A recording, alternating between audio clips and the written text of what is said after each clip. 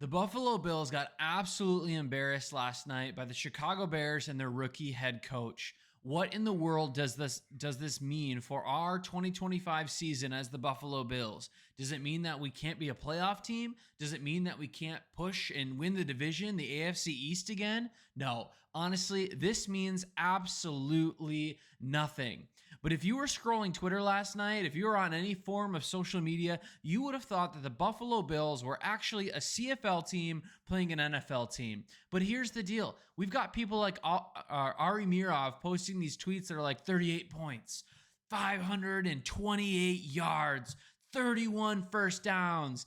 Guys, that's a Madden box score.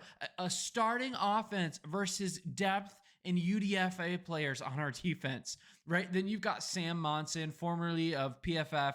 I love this tweet. I actually laughed at this one. This one gave me hope. He says, if the Bills have to play 17 games with just their backups, they may be in trouble. Again, this is like groundbreaking sarcasm. And can I just be honest with you? If you're clicking on this video right now with this thumbnail, with this title, you might be on a little edge from last night, because I was. I'll admit it. I was on edge last night after watching the first half. I wanted to turn it off. I didn't want to watch it anymore. I was sad. We've been waiting all year to see the Buffalo Bills perform in a game on TV, and we were so excited for the regular season dominance and everything to come. But the preseason is such a wet blanket. It's so painful. We know we're going to be a good team, but we did not see the Buffalo Bills on the field last night. We saw McDermott coaching, right? We saw some of our starters on the sidelines, but frankly, most of them were just wearing hoodies. They weren't dressed for the game, right? Josh Allen didn't play. James Cook didn't play. And the defense, it was a complete skeleton crew, right? So yeah, it looked really ugly. And honestly, I don't know if I can watch another preseason game, even though I definitely will. But that doesn't mean anything for the Buffalo Bills in 2025. And today, I want to explain why, and I want to walk through it a little bit. But hey, I'm Colin. This is Crack the Table, where we're all Bills and no breaks. Make sure to hit the like, subscribe, and let's jump into this right away here. But let's be clear. Again, preseason games do not matter. The scores do not matter. They just don't. They don't tell the true story of what's really happening. Again, the coaching staffs of NFL teams, when they look at preseason games, they look at them simply as a necessity, something they have to do, not something that they're scripting in place to get their players in the best positions to grow and to succeed. They're just trying to avoid injuries in these games, which is why we don't see any of our starters really playing throughout these things. But again, we've talked about this earlier this week in a video, but like joint practices for those reasons are way more important than preseason games. Why though?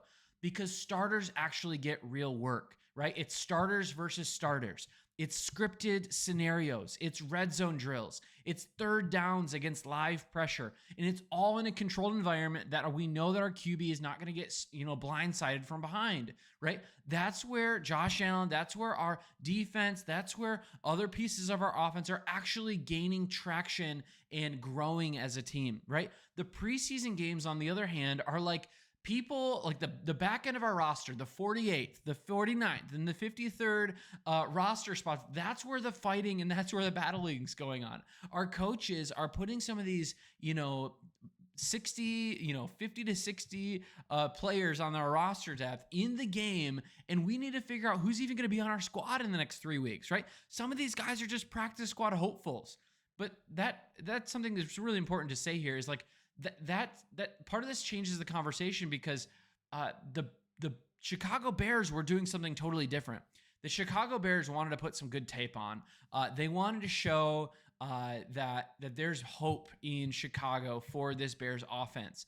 And so they had people like Caleb Williams, former number 1 overall pick. They had Rome Odunze, right? A top 10 pick in his own right. They had Colston Loveland, a first-round pick. They had DJ Moore, a pretty good receiver. They had Cole Kmet, their other tight end, Luther Burden, and a starting O-line, all playing against our defense, which comprised of only Cole Bishop, really, basically, and then a bunch of other depth pieces, and even just a ragtag group of guys. It wasn't like it was any of our starters. Now, yes, we'll talk about Cole Bishop in a second, but Buffalo's defense, especially on those drives, was just practice squad hopeful kind of guys, UDFAs, depth pieces. Yes. a few solid players sprinkled in, but let's not pretend that this was our real team. When 90% of your lineup is when 90% of your starting lineup is on the sidelines in hoodies, not even dressed, we need to take note of that. We need to take consideration of that.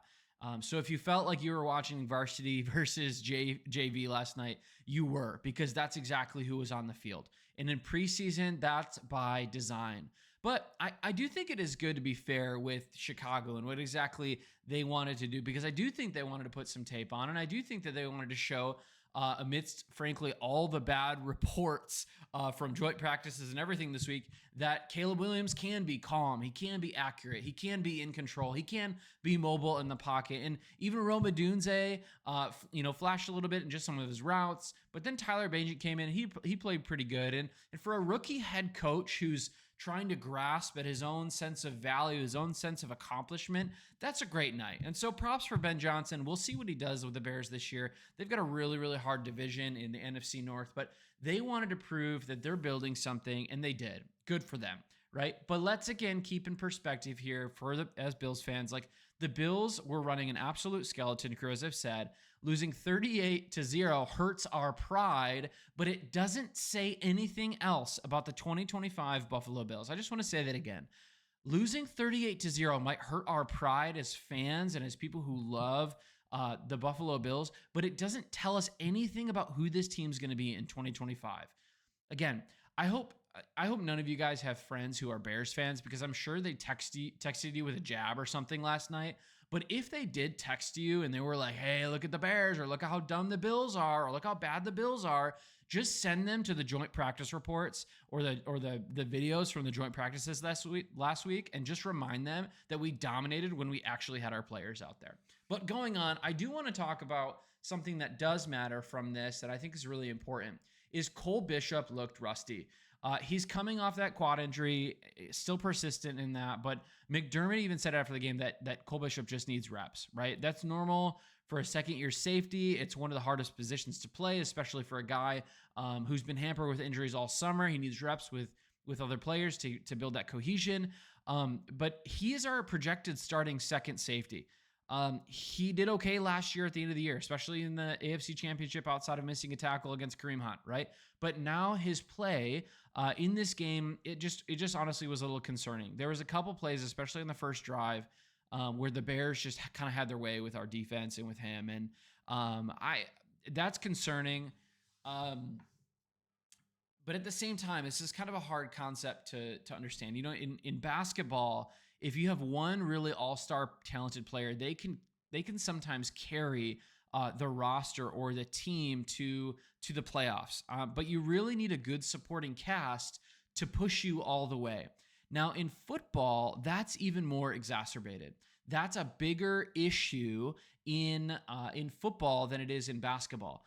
Now, if you had Michael Jordan on your team, or LeBron James, or another one of these, or Giannis, or another one of these really good guys, right? They can't just single-handedly carry you like Superman to a championship or a deep playoff run. You need a good supporting cast. And in this defense that we saw, Cole Bishop did not have a good supporting cast.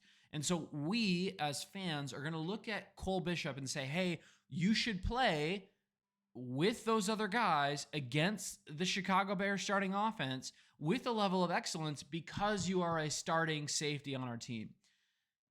I get that. I feel that. We look at that with our, kind of even ignorant eyes, and we say we want to see that from a guy like Cole Bishop, a second-round pick out of last year.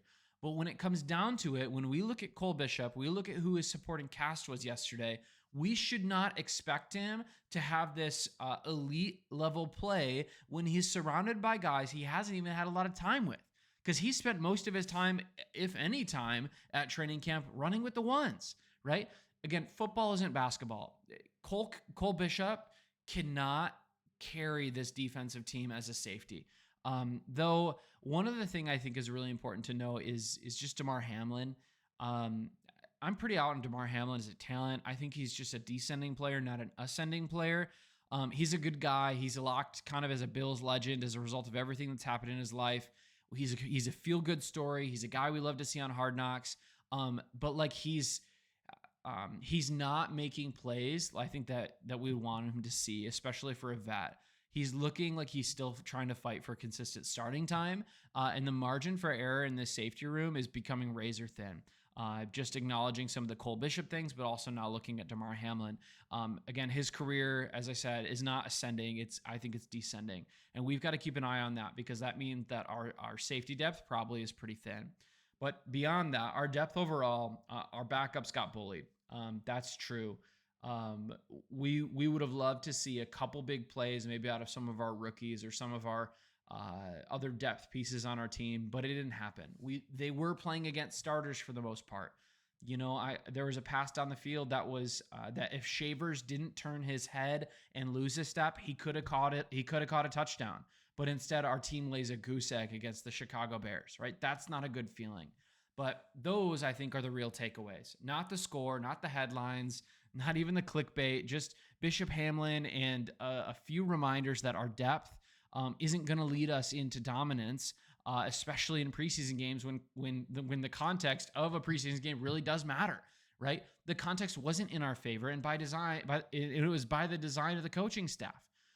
We're gonna, as Buffalo Bills fans, we're gonna get sucked into the rage bait. We're gonna get sucked into anxiousness and comparing ourselves to some starting roster in the preseason. But you know what? When teams play their starters in like second team players, as long as the Bears did, they're not planning to make a deep playoff push. They're just planning to have a float in the boat season, right? But here's the truth: the Buffalo Bills are built for the regular season. They're built for the playoffs. They're not built for preseason headlines. They're not built for preseason highlights, and that's okay.